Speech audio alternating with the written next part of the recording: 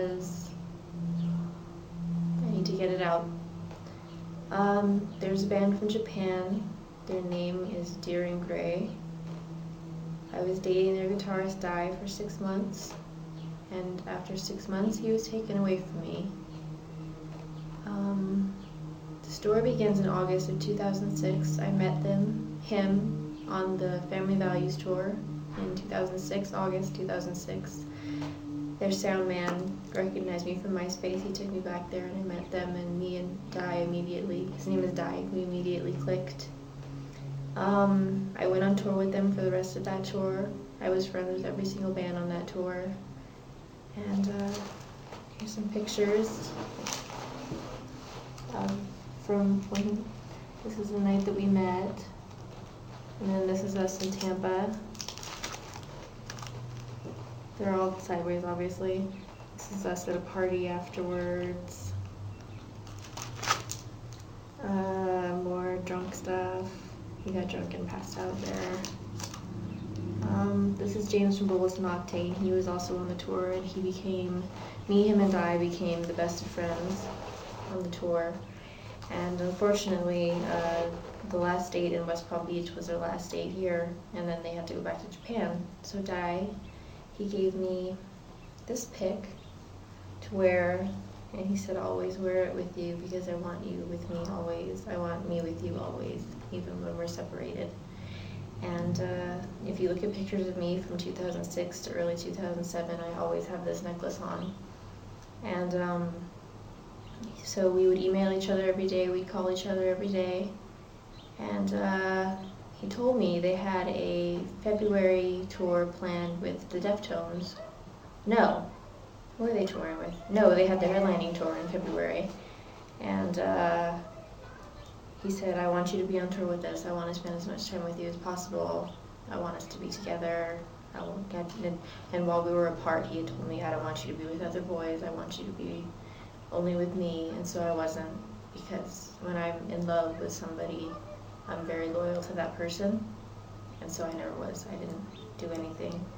I would never do anything to hurt him.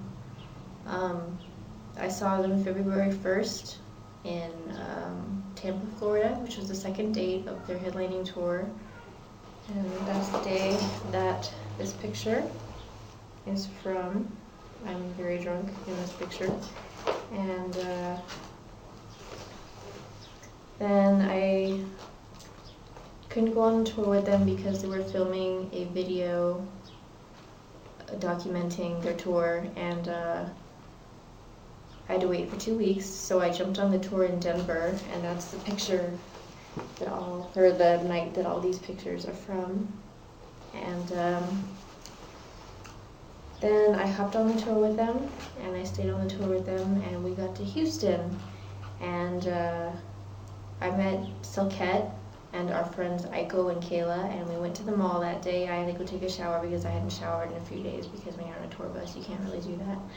And we came back to the venue, and I got everybody passes because Mary and Di knew each other because they met on Family Values also.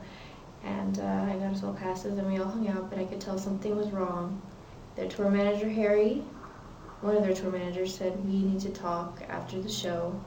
So after the show, he took me and Di into the back, and he said, the management does not want you together anymore. You're ruining the band's image by dating the guitar player, and by the fans knowing that he's dating a famous American model. It's hurting their image, and it's making the fans upset. And the management does not want you on this tour. They don't want you with him anymore. And of course, I spent the whole night crying. Luckily, and they kicked me off the tour that night. They left me in Houston by myself. Luckily, Silkette and Aiko and Kayla were there, and they let me stay in their hotel. They helped me get a flight the next morning. Harry gave me $60 to help me towards the flight to get home. And I told him, I will see you in Los Angeles because I want to see Di before he goes back to Japan. And I told Di this, I told Harry this, and they said, that's fine, we'll see you there.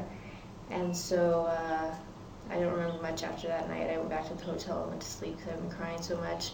I went home, I went back to Los Angeles, and I stayed with Suicide Girl Lauren, my best friend. Saturday was their show at the Wiltern. I had been trying to get a hold of Di, I had been trying to get a hold of Perry, I had been trying to get a hold of all the friends on the tour that I had made. I've been trying to get a hold of James from Bulletin Octane because he lives in Los Angeles and he was going to be going to the shows, and nobody would answer me. I stood outside the barriers of buses, and I stood there for 4 hours, having people walk by, friends of mine from the tour, and they would say, "Oh, hi Vanessa, what are you doing waiting out here?" And I'd say, "Oh, I'm waiting for Harry to come and give me passes."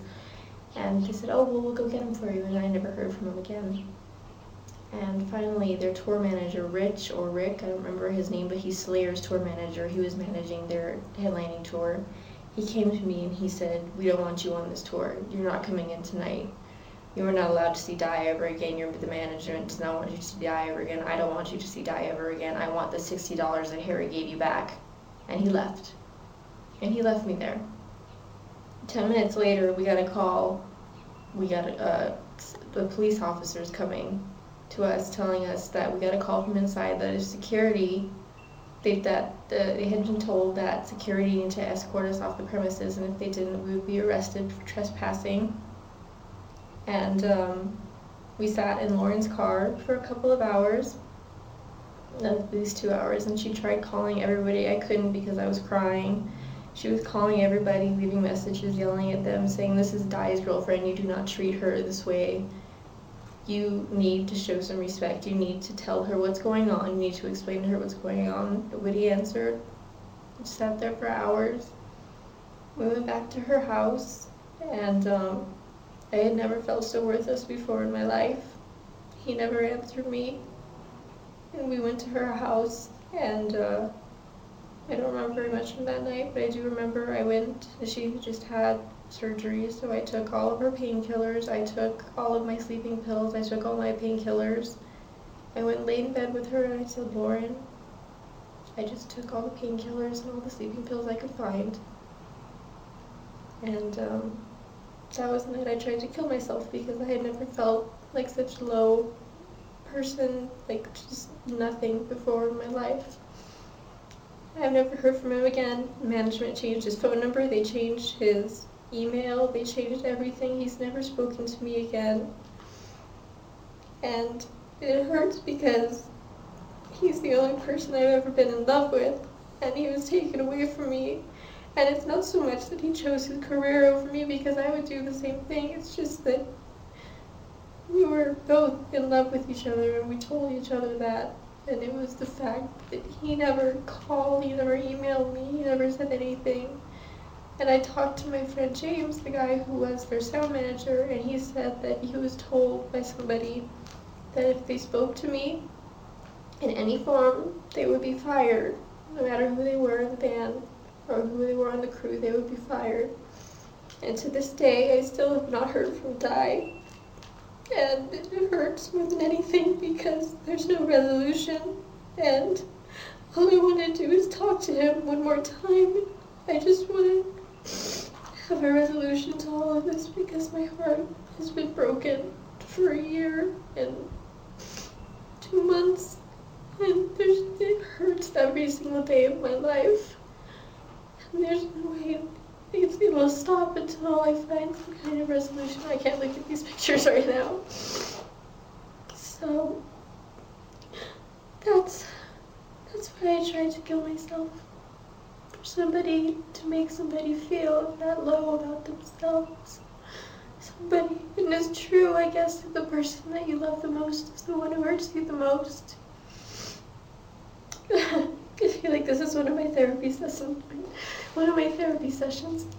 All I want to do is hear from him one more time. Just talk to him. Tell him I love him. That's all I want to do. So, if anybody brings up Darian Gray and I'm not too enthusiastic about discussing them, you'll understand why.